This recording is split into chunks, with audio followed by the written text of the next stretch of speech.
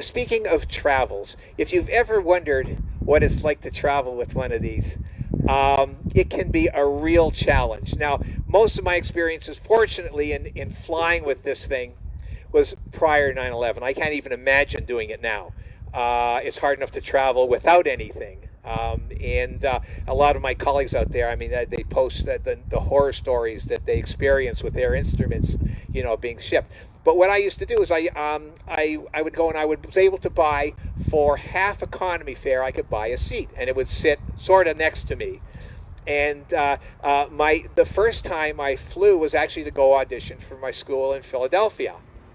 And so I got the tickets, and I had my boarding pass, and I was flying on, I don't know if Agony, we used to call it Agony Airlines, Allegheny Airlines. The only time I ever got sick twice was going on Allegheny Airlines, flying into Erie, Pennsylvania.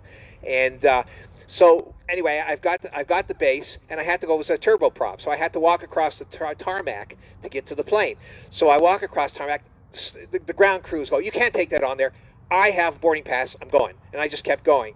And I get to the stairs, and I look up, and there's this. They were stewardesses at that time. There's a stewardess at the top of the stairs, and she's like white as a sheet. It's like she just saw a ghost. Says, "You can't bring that in here." I said, "I got a boarding pass. I'm coming in." And I start walking up the stairs. So as I'm walking up the stairs, I take a look, and leaning out of the cockpit is the pilot. And he's got this smirk on his face. And if you fly at all, the pilot has the last word. If he says you don't get on, you don't get on. It's just the end of the story. So I'm coming up, and I'm waving my boarding pass, and I get to the top of the stairs, and she says, "What do we do? What do we do? We can't put this in the plane." And by that time, the pilot's outside his cockpit. He's leaning on the door, and he's got this great big grin, and he says, "Hey, don't worry. A friend of mine used to play one of those things, and we schlepped it all across Europe. This is what you got to do."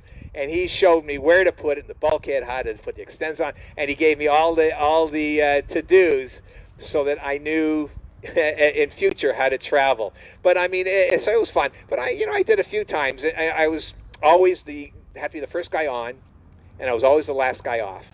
But it was fun. One time I was flying across. I had to go across Canada from Toronto to Vancouver, and I was taking a 747, and I got on and the smaller planes were actually, believe it or not, were actually easier than the big planes because the armrests go up and down and stuff. And the big planes, you got these big clunky armrests. So I get on the plane, and it was packed, and I way at the back. So I go back to I drag this thing through the aisles back to the back, and so the flight attendant is looking. He says, "This is silly." He says, "I got an idea." He says, "Come here." He takes this end of the base. I take the other end. We lift it up. We walk the entire distance of the entire 747 over everybody's heads, and we get to the front of the plane, and then we get to the spiral staircase. He says, "Okay, we're going up." We take this and we wind the base up the spiral staircase up to the first class lounge. And so this is the lounge with, you get up there, white shag rug on everything, and a beautiful pastry tray, and a whole bunch of drunken businessmen. And but the seats were really wide. It was great, so we put it in there. I said, "Can I sit with it?" "No."